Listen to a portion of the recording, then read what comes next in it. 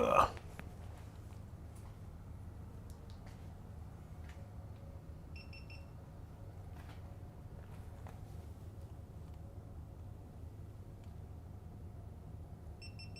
Oh.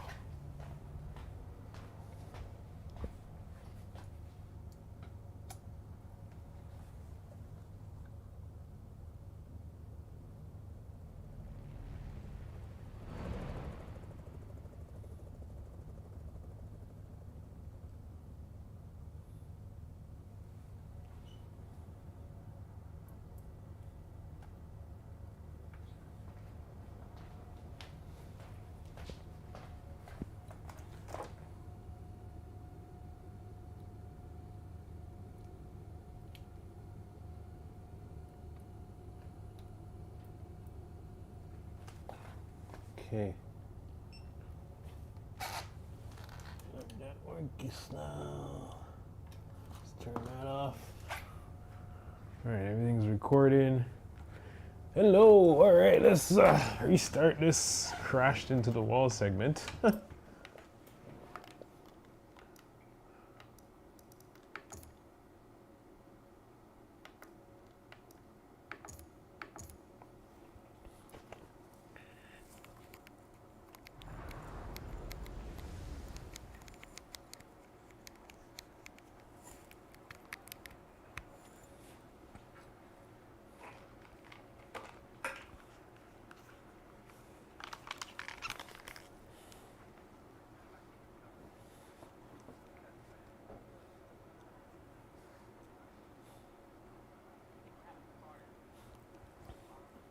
All right, so today we're gonna try and keep it on the track, no crashing, and try to establish a form of consistency, as it inspired me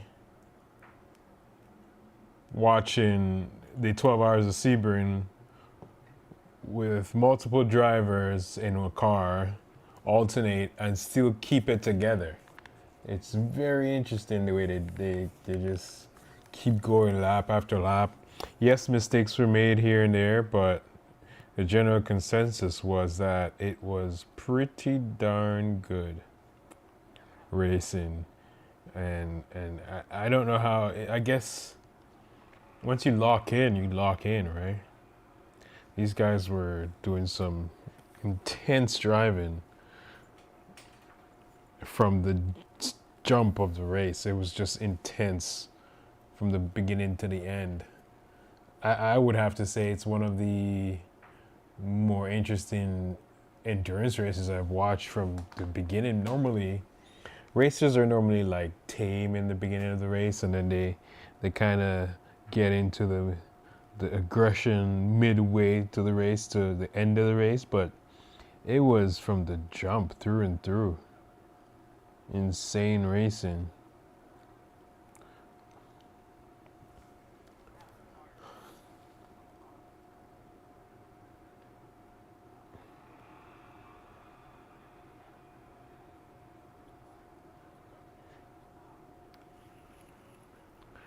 So imagine you're driving a car at 180 miles and it's pitch black outside.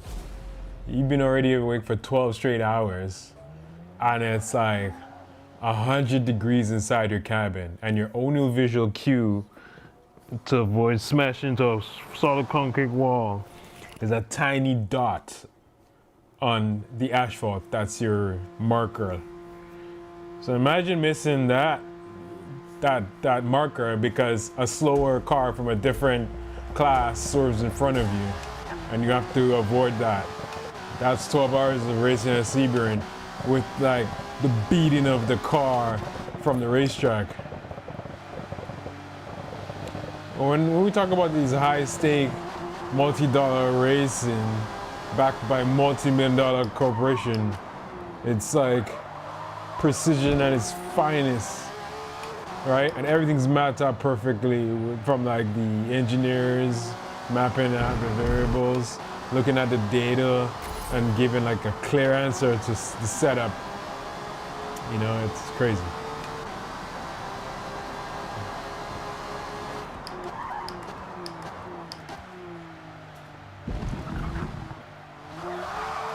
Ooh, and of course, I'm not the vessel carrying out the perfect code that these engineers put together. You gotta remember I'm on cold tires. Well, I'll do a deep dive into the 2026 IMSA Mobile 1 12 hours of Sebring. I would try my best to keep it on track while talking about like the data that these engineers have to look at for 12 hours just to stay ahead. And my mission today is to look at everything that was highlighted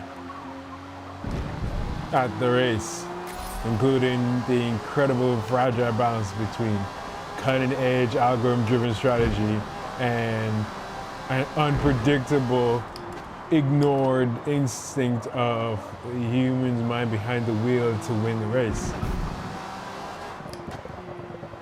Seabrains are a total like pressure from beginning to end, you know, with these perfect calculated engineering plans falling apart because of fatigue and racer ego or knowing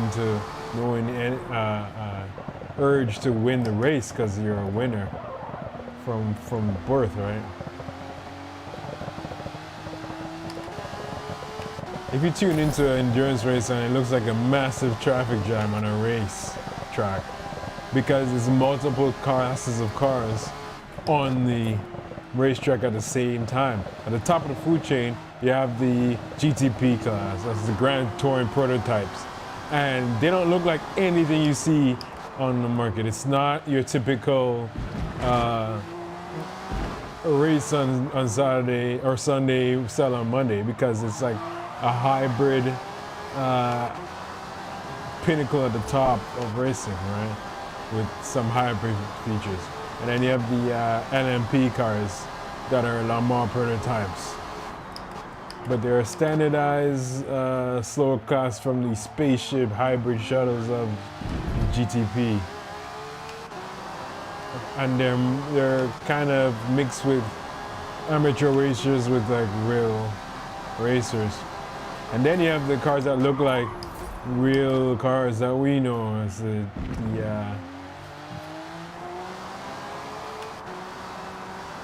GTP, GTD, sorry. GT Pro is like the full-on pro drivers, whereas GTD is just like a mixture of amateur with pro drivers.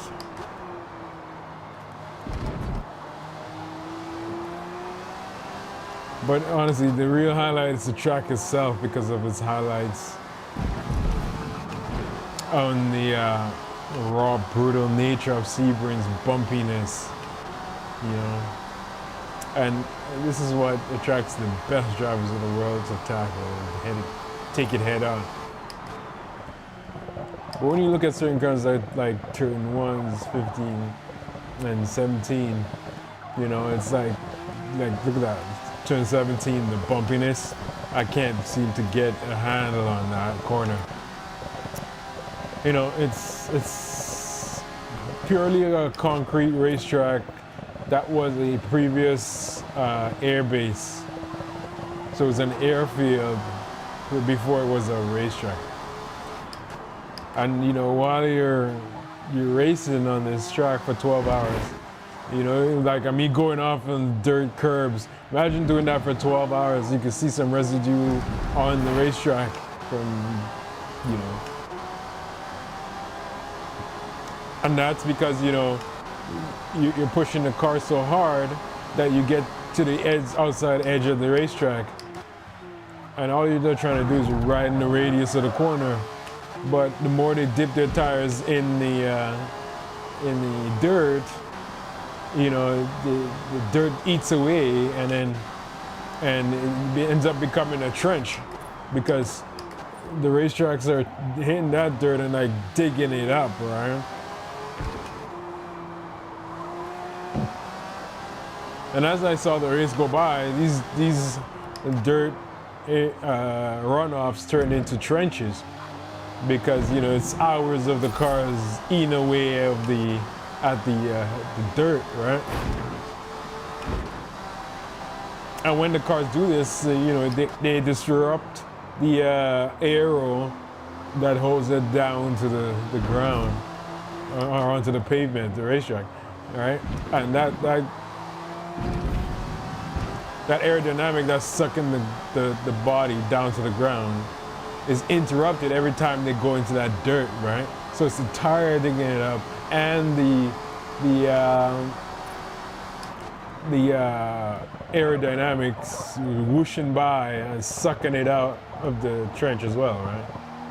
So it's multiple factors that's damaging these trenches or damaging the racetrack and creating trenches.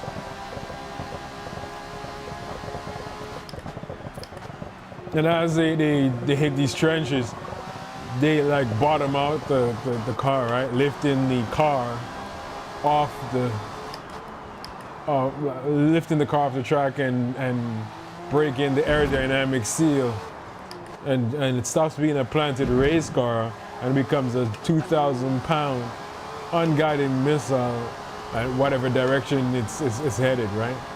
And it's terrifying when a car like that loses control and hits the wall. But that's not the only thing that's you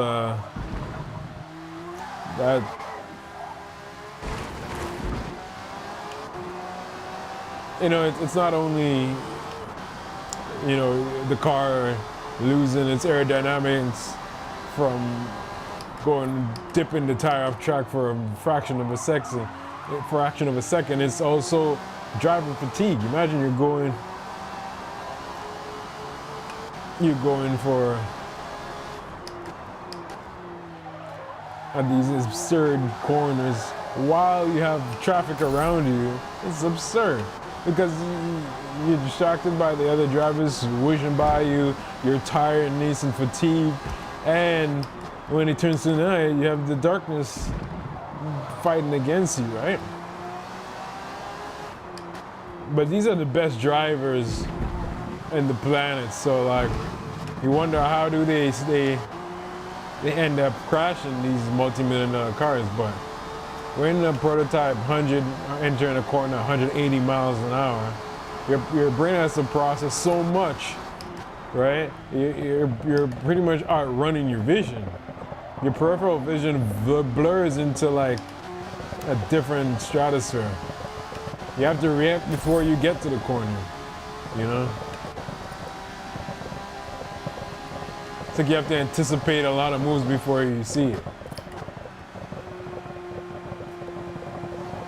So you gotta like pick out a scuff on the wall, a crack on the pavement, right? And that's what I'm trying to get myself to. It's like, oh.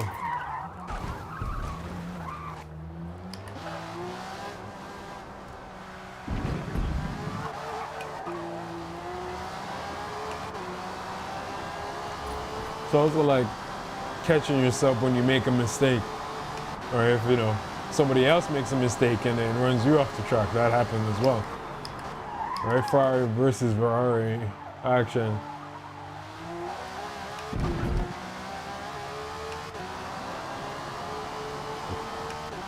It's like, you know, all it takes is a millisecond of a mistake, you know, at these speeds. You know, you go wide, you end up dropping your tire into the dirt, you know, and you're off into a spin because you didn't react in time to catch your mistake. And then the other big highlight of this race was these new Michelin tires. And apparently they're a lot more grippier compared to the old tires. But it changed the beginning of the race, in my opinion. Because, you know, you get out onto the racetrack and they're cold until you start putting some heat into them. Some laps, you know, scrubbing them. So normally you get out of the pit lane and you're driving it nice, right? The traditional opening laps are all about survival because you have to tiptoe around and making aggressive moves. Also trying your best not to spin out, trying to put heat into the tires. But these new Michelin tires eliminated that waiting period, it seemed like, and the drivers had tons of performance and grip right out of the pits. And that changed the game because it altered the psychology of the drivers. Instead of survival, it led to the drivers going into immediate side-by-side racing, right? Almost like it was like a sprint race, not an endurance race. It was contact on the first lap. Right? It's crazy. It's fierce racing for 12 hours of the endurance race. But it was definitely not polite endurance racing from the jump. And that, I feel, is all down to the new chemical compound of these Michelin tires, because there was no waiting period and playing it safe. It was all about aggression and going for race lead, right? But drivers had to survive 12 hours of this bumpy track, especially like turn 17, the last corner on this track. Especially like when I saw the sun going down for sunset,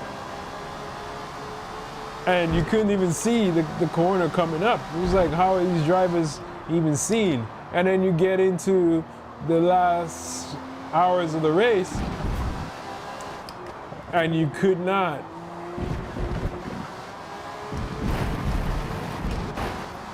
see the corner because you have oil and debris all splattered across the windshield, and you just have to trust your gut and your braking points, right?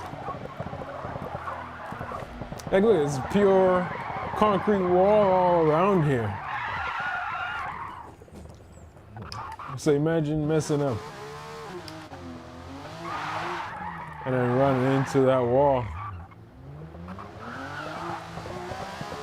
Honestly, coming around that corner requires an unshakable trust between you and the machine, because you're coming into that corner all based on faith and muscle memory. If your muscle memory is off by a fraction of a second, and you drift too wide into that wall, and you just get shredded into thousands of pieces because you just set your mind into the wrong place. It's over for your race, right? And there were some drivers who succumbed to accidents, right? But it's the soul of Sebring in 12-hour endurance race, right? So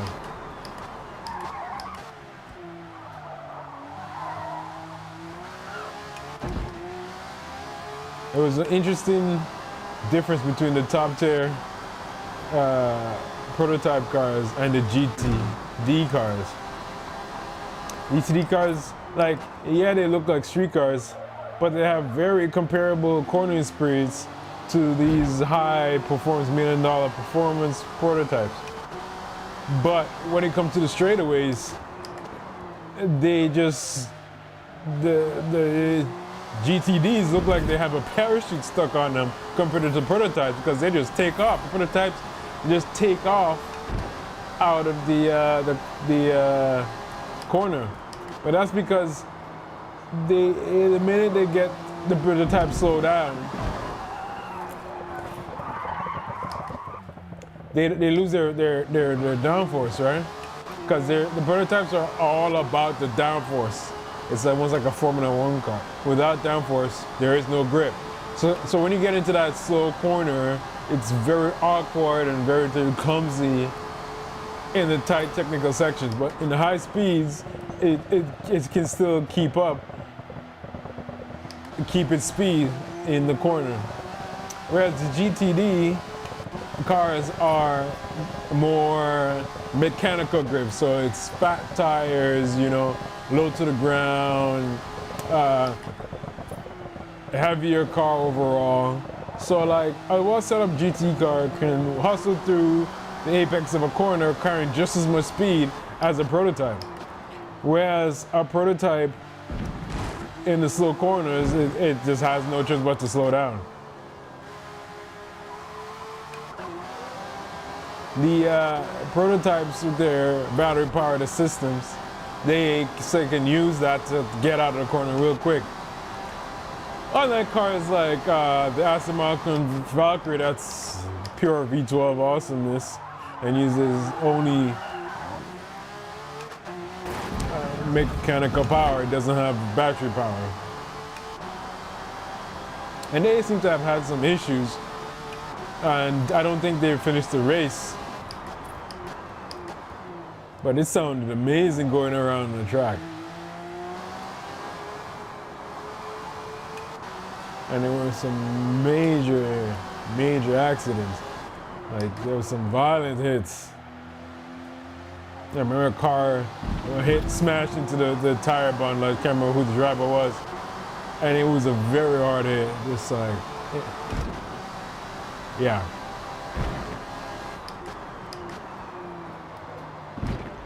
And it was really a multi-car mishap where like you having to predict your move, and you know, one driver thinks the other way and you end up running into them because they didn't see you coming or something.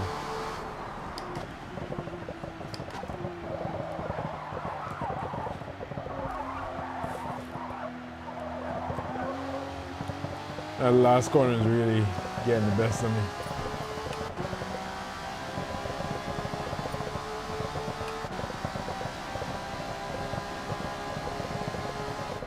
There was also a Mustang that got real destroyed. And it was a Mercedes that clipped him and sent him into the wall.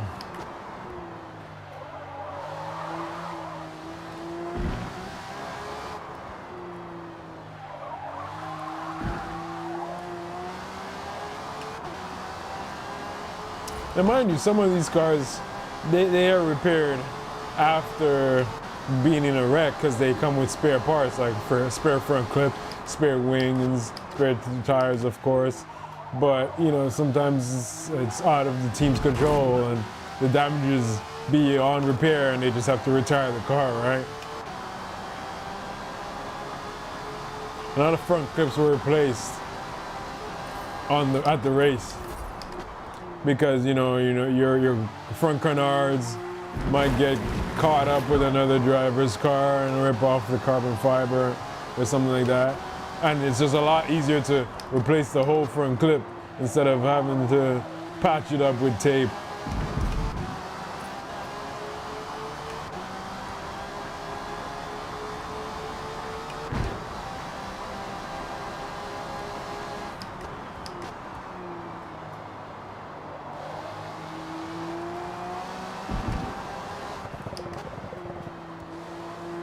I remember there was a Ferrari that dipped his tire coming out of turn one and like literally had to catch it mid-drive. It's just like painting 11s because it snapped sideways instantly after it dipped its tire into the trench that the cars have dug out. But remembering how the track looked when they were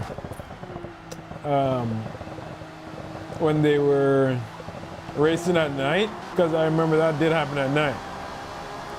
It was almost like a GTA scene, like a takeover scene, because it's like you look like you're running away from a high stakes heist with all these car highlights, all these cars' headlights weaving in and out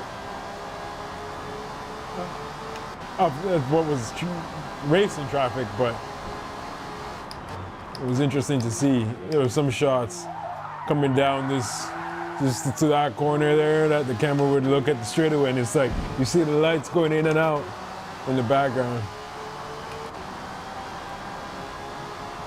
I can't imagine the adrenaline rush you get going through a racetrack at those speeds. Especially when you're like in a very hot cockpit. Your adrenaline is probably up there and your heartbeat's probably at least 140, 160. You're wrestling the steering wheel that's kicking back at you, and then listening to your engineer in your earpiece telling you to change map to save fuel while you have like somebody, you know, breathing down your mirror. It's crazy. It's crazy. A lot of sensory overload that goes on.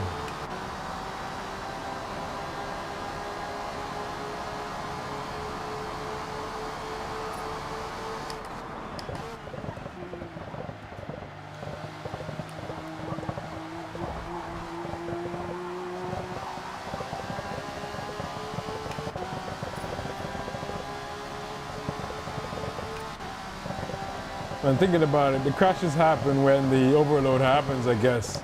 Because I remember there was an Aston Martin in the last lap that was under pressure from a Ferrari that caught up to him. And there was no way for the Ferrari to pass, but, you know, it just stayed behind the Aston Martin, waiting for an opportunity to pounce. And all it took was the Aston Martin to mess up and get by on the last lap. And that was it. Right? You're leading the race the whole time, and one mess up costs you the race because your cognitive load is just taking a toll, and the brain starts to offload its things that's not important to it, and it's thinking just keep it ahead of this Ferrari instead of thinking this is the last lap. I need to be really perfect to not make a mistake and have this Ferrari pass me in the end.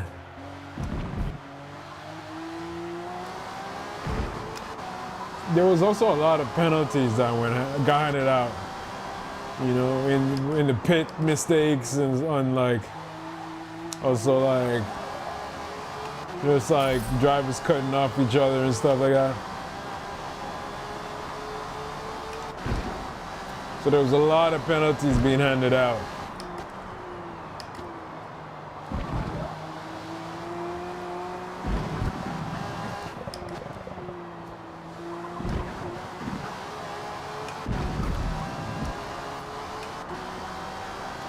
It seems like I'm gaining on this lap.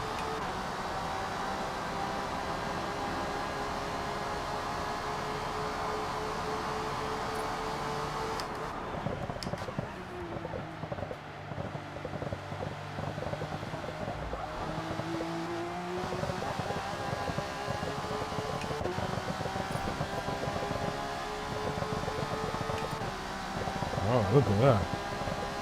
205.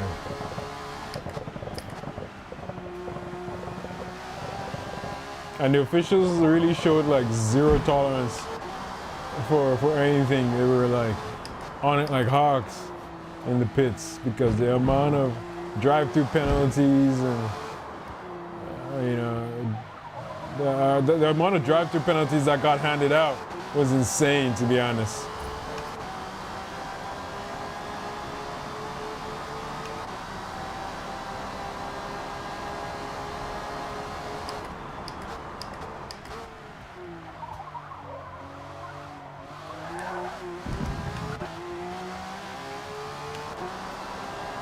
The one thing I have a problem with is during the race, I always drive like it's a qualifying lap.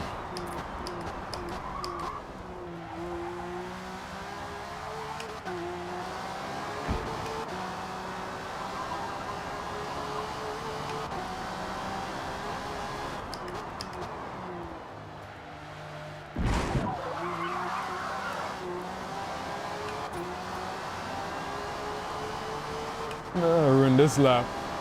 But yeah, I need to stop racing like it's a qualifying lap every lap, and like, you know, just keep it smooth and keep clean throughout the race.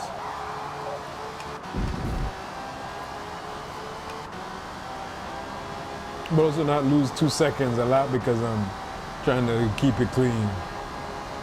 It's mainly because I'm talking to you guys.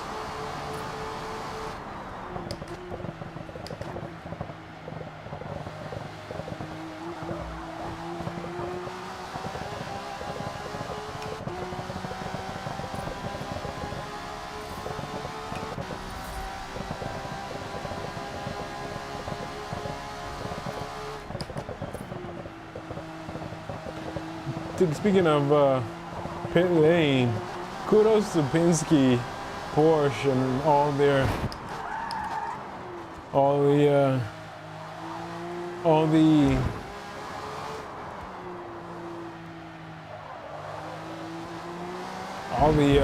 pit strategies that they planned out. It must have been interesting behind pit wall to hear the strategy changes constantly going on. Every time there's a yellow flag or something of that nature, right? Because they would have to pit, you know, and then fuel the cars accordingly until the next pit. So it's all a strategy pool happening all race long.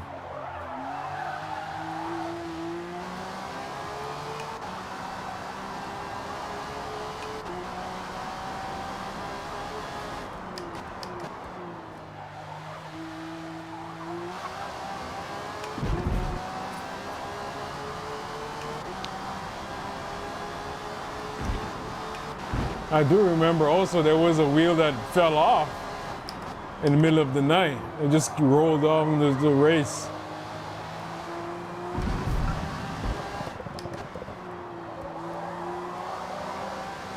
So these pit engineers pit mechanics are getting tired over the 12 hours and, you know, mess up putting a wheel on. That could end someone's race because, you know, you're racing and don't see this tire floating in the middle of the road and you hit it and launch your car up in the air, probably go over the race barrier, could kill a fan. It's just very dangerous stuff, right? So when these pit penalties are handed out, it's not just for penalizing the team, but it's also to show them like, hey, you made a mistake and you need to tighten up.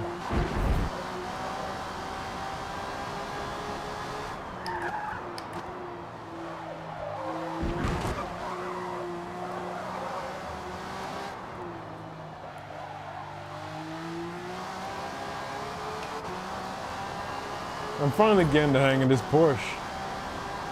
I'm not gonna lie.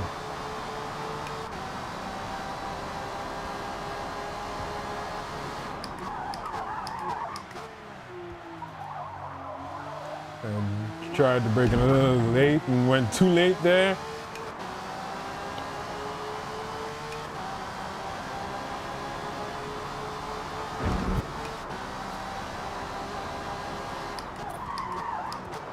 Ooh, locked up a bit, sending me a bit too deep in that corner.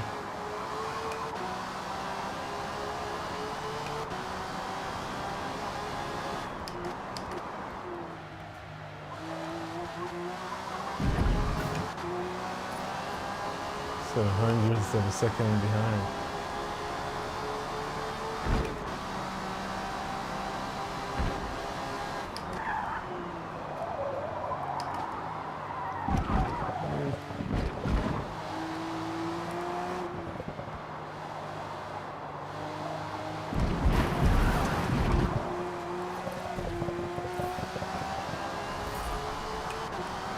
Oof. I don't know how I avoided that accident, but I did.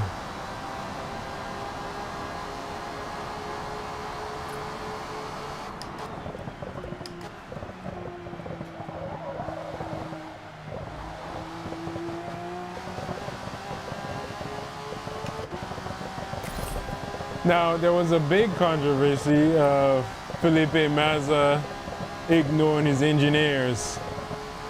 And it's crazy to think that it's crazy to think that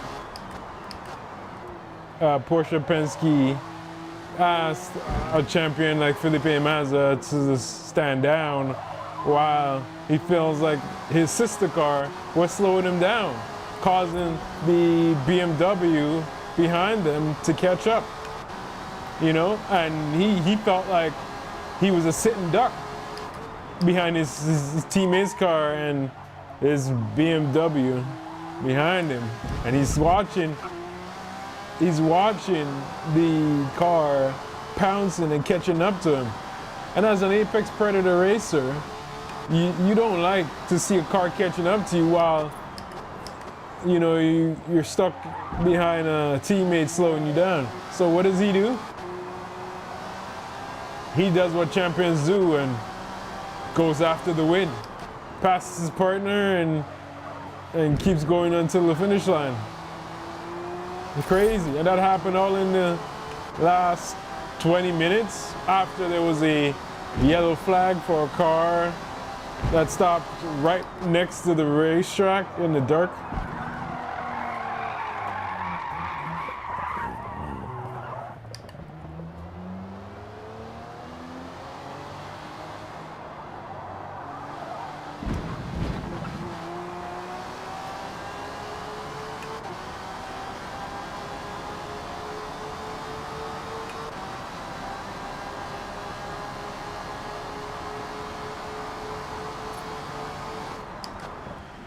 But, you know, it's all in the strategy, right? The engineers saw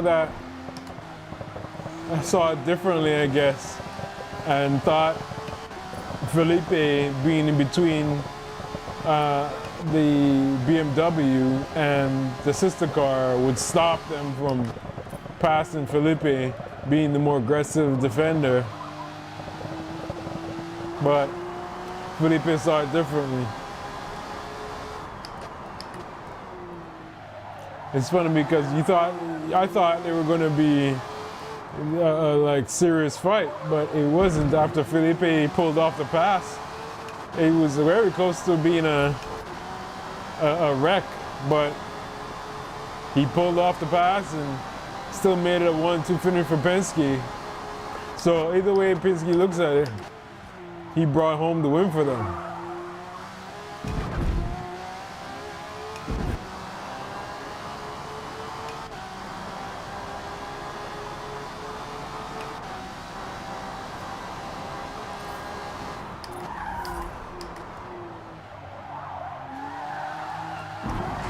Ooh.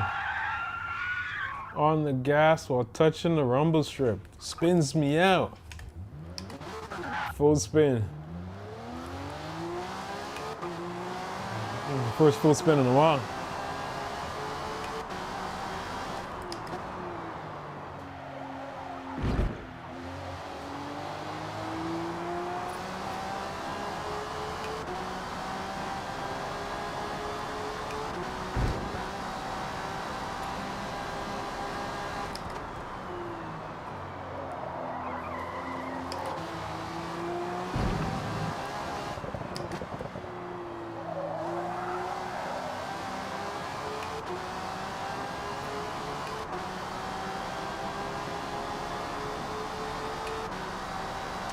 But, you know, coming back to the Felipe Massa thing, I think Porsche forgets that Felipe Massa was, you know, aiming for Formula One. So it's not in his DNA to sit and wait for results when he can attack and go after the win. And that's exactly what he did, right? He went after the win knowing that he could do it, being the person in the hot seat. You know, physically seeing what the engineers could not see, and that was the threat in his mirrors, right? And sorry, it was the Cadillac that was behind, not the BMW, sorry.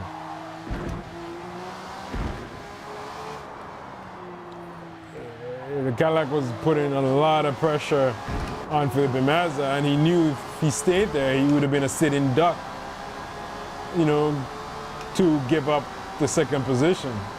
So instead of doing that, he went after the win and got out of harm's way and did what the engineers could not see.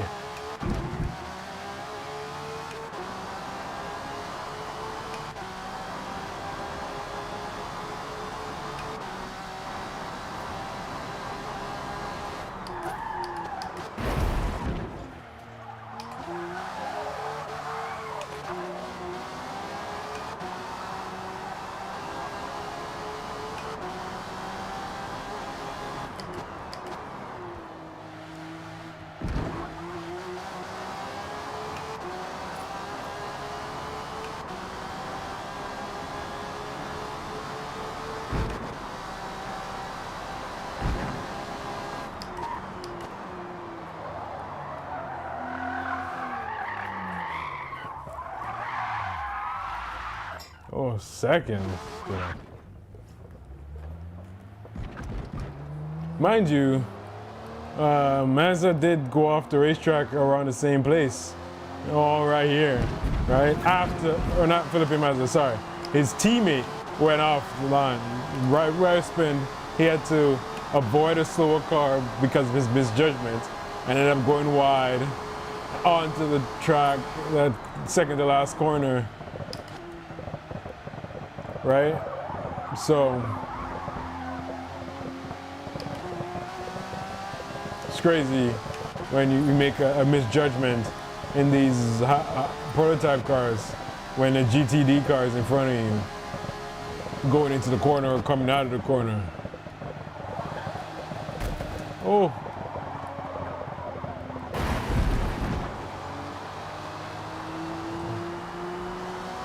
Oh, got some engine damage.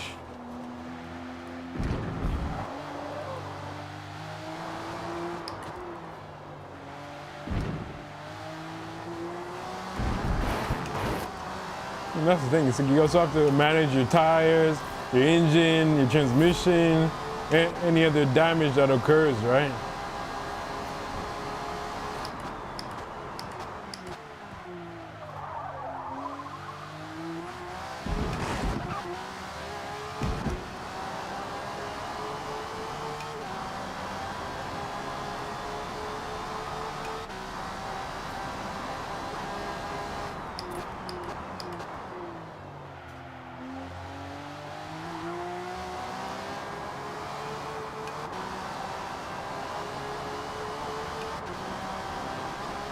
But it was also Roger Penske's 60th year in racing.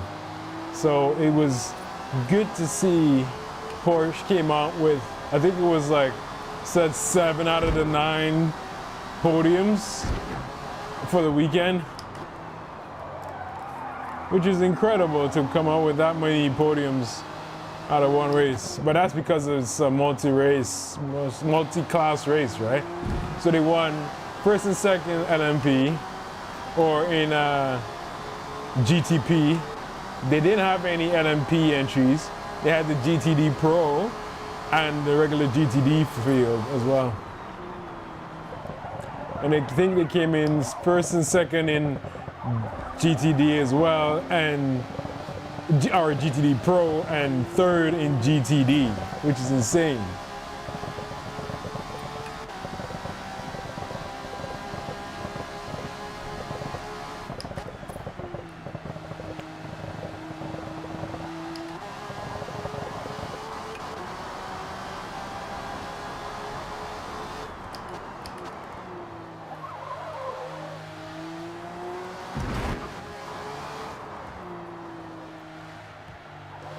Also, the Ferrari who beat that Aston Martin on the last lap, they were like down almost 3 laps with their penalties that they stacked up. And the driver that won it on the last lap had to go into like overdrive just to catch up, right? You have to be an absolute madman to catch up by 3 laps and win it on the last lap, all because driver error to the driver in front of you.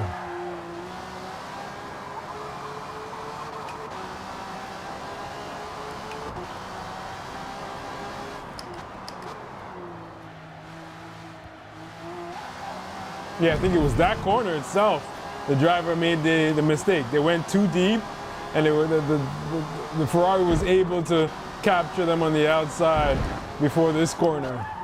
And then once they got here, it was over. Ferrari had the place, and there was no coming back from that. It was, you could see the Ferrari was a bit faster, whether it was the tune that they had on the car at the time, or just they're driving out of the corners faster, who knows. But when the checkered flag was waved, the Ferrari was in the front of the Aston Martin. And that's what it comes down to, like consistency, right? If the Aston Martin was more consistent, maybe they could have won that race, right? Who knows? Now, mind you, I'm just trying to survive 1 hour. Well, these guys did a whole 12 hours.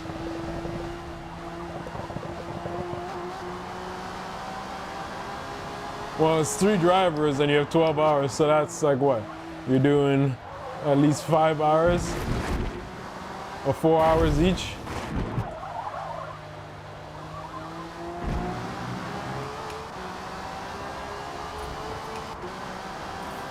Yeah, you're doing 4 hours each as a driver in the car.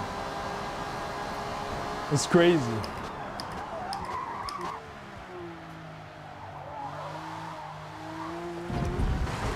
And that's this weekend was Porsche's 20th overall win in IMSA. This is crazy.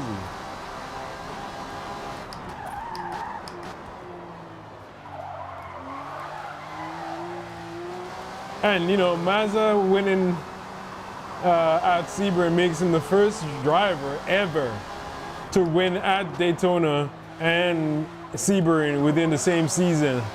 It's crazy.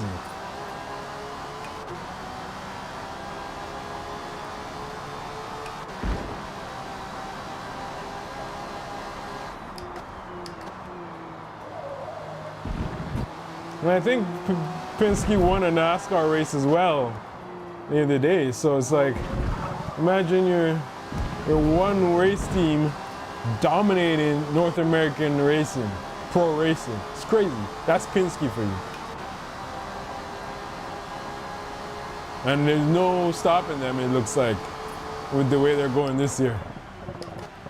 I guess that's why Audi got out of the competition of GT racing, is because they know Porsche is dominating as their sister company, so they're going to dominate F1 and leave GT to Porsche. That's crazy. Oh, a little too early on the brake release.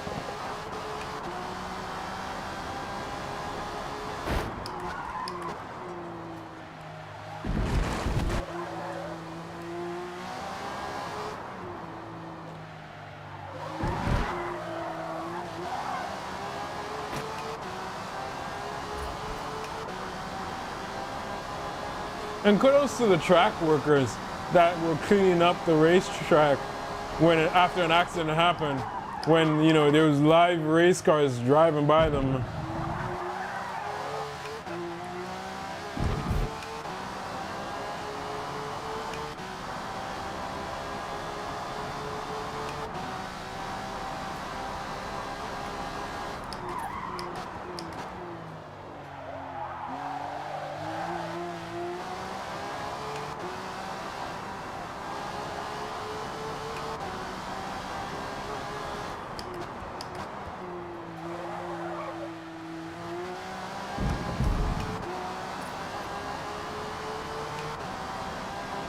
What's my engine damage at now?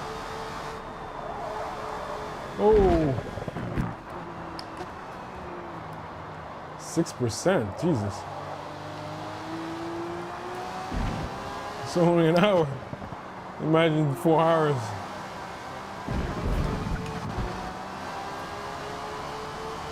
Oh no. Oh no, I didn't record my screen. Oh. Womp womp. That's alright. Whatever, I guess.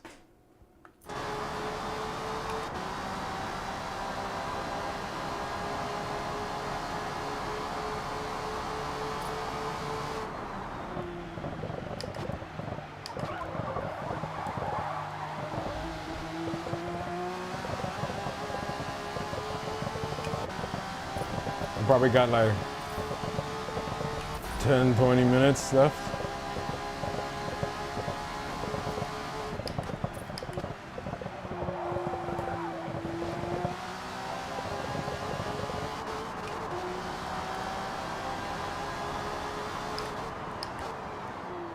.3.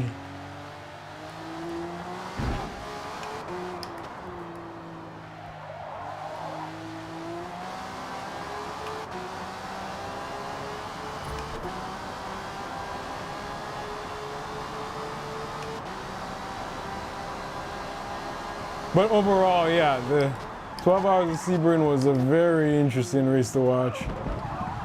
Kept me on my toes the whole race, a lot of action. It really opened my eyes as to I really need to be more consistent.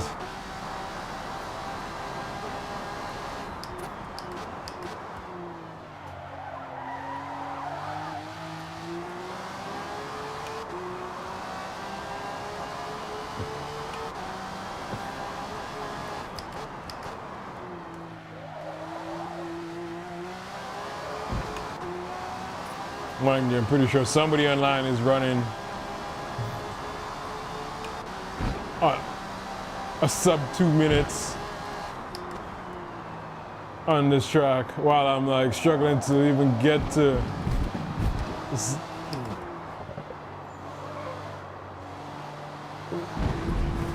2-minute 1. Can't even get under 2-minute 5.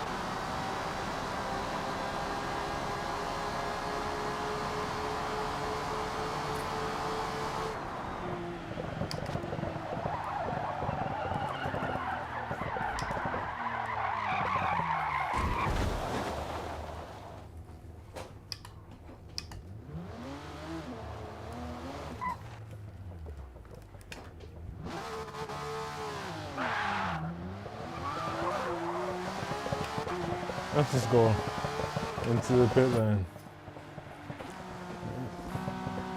Let's go into soft tires and let's get 10 more laps in. And yeah, let's fix all of that.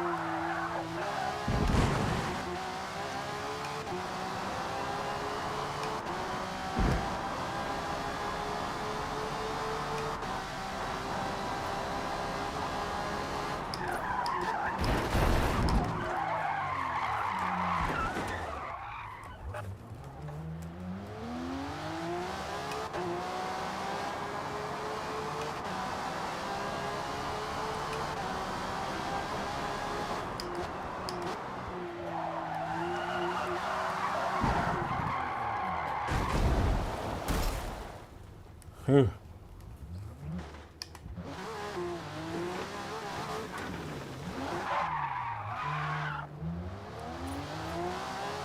It's all falling apart here. Focus.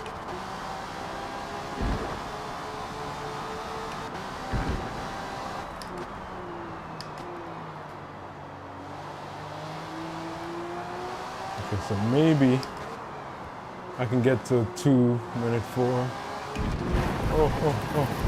With the soft tires. I don't know, let's see. Let's see what we can do.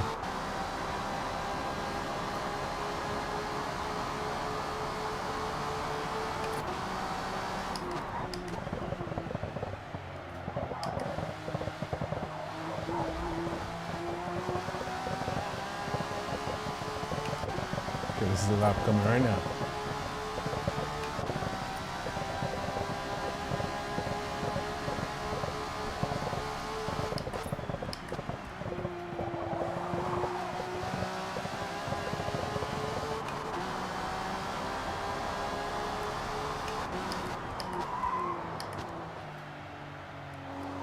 Nope, messed up.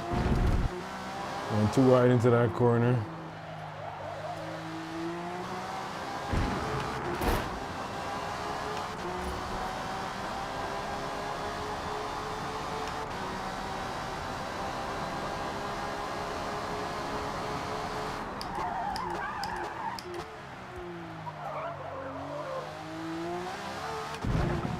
That corner, I just can't seem to nail the braking point. It's either too early or too late every single time.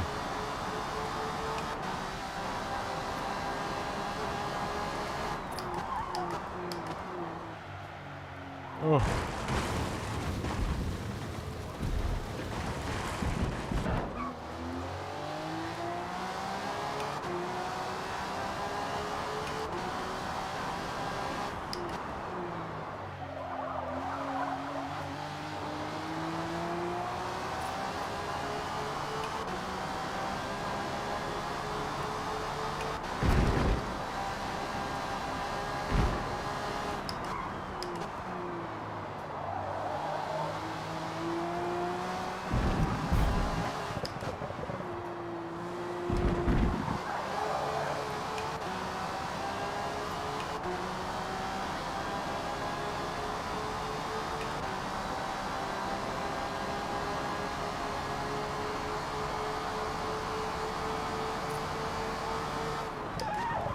Oh, I was not paying attention.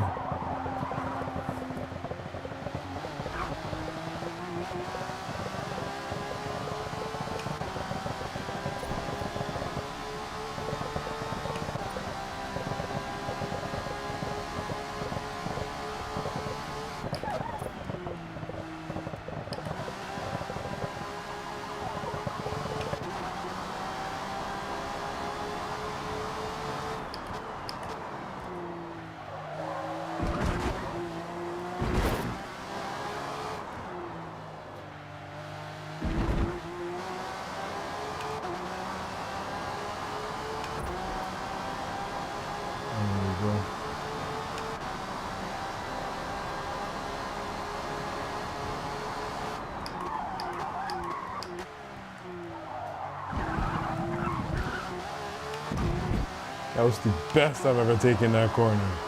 Holy. Let's go.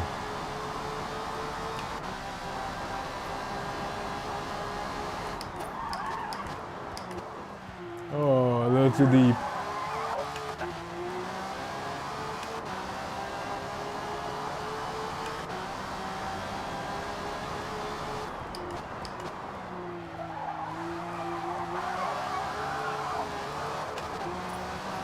Oh!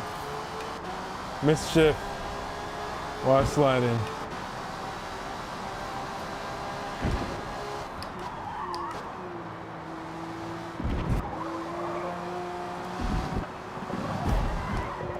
Oh my God, seriously?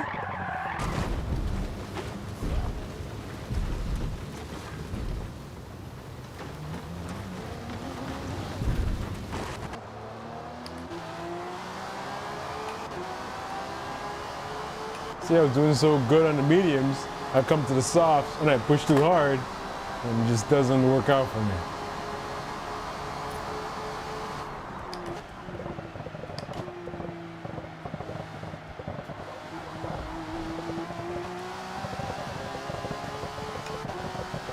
All right, let's go.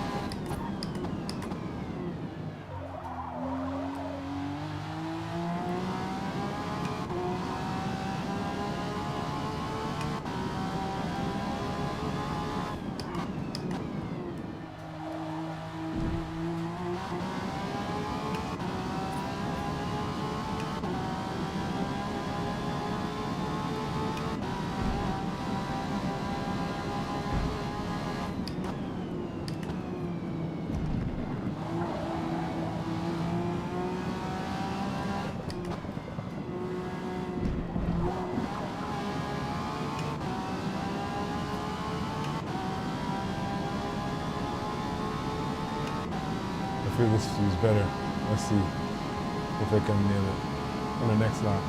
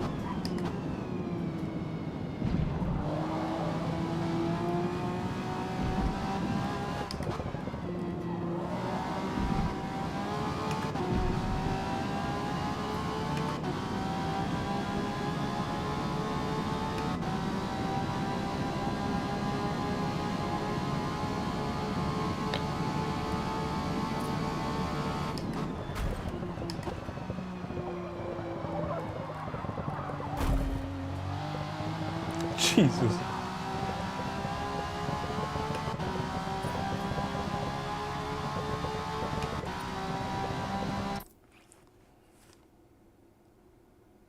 I would have broken my fastest lap time. Oh. I'm doing a clean lap.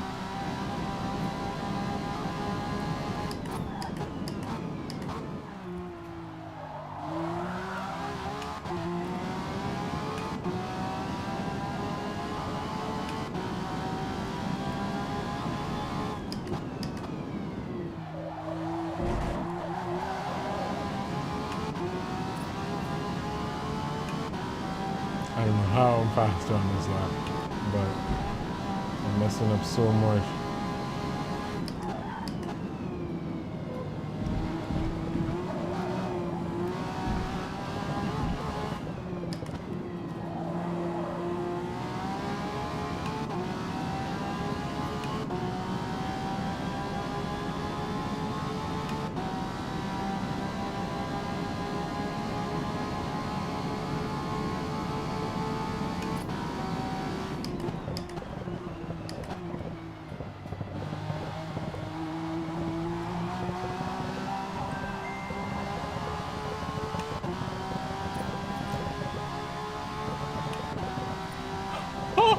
I did it!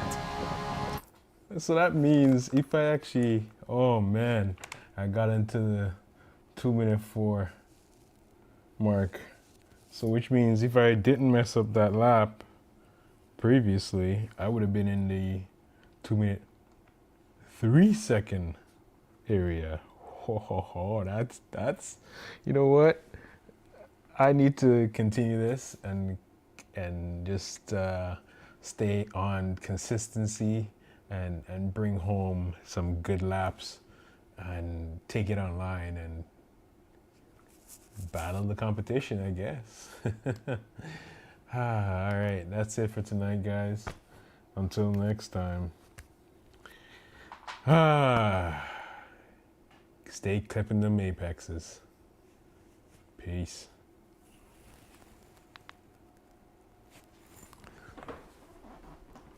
Ooh. Ooh.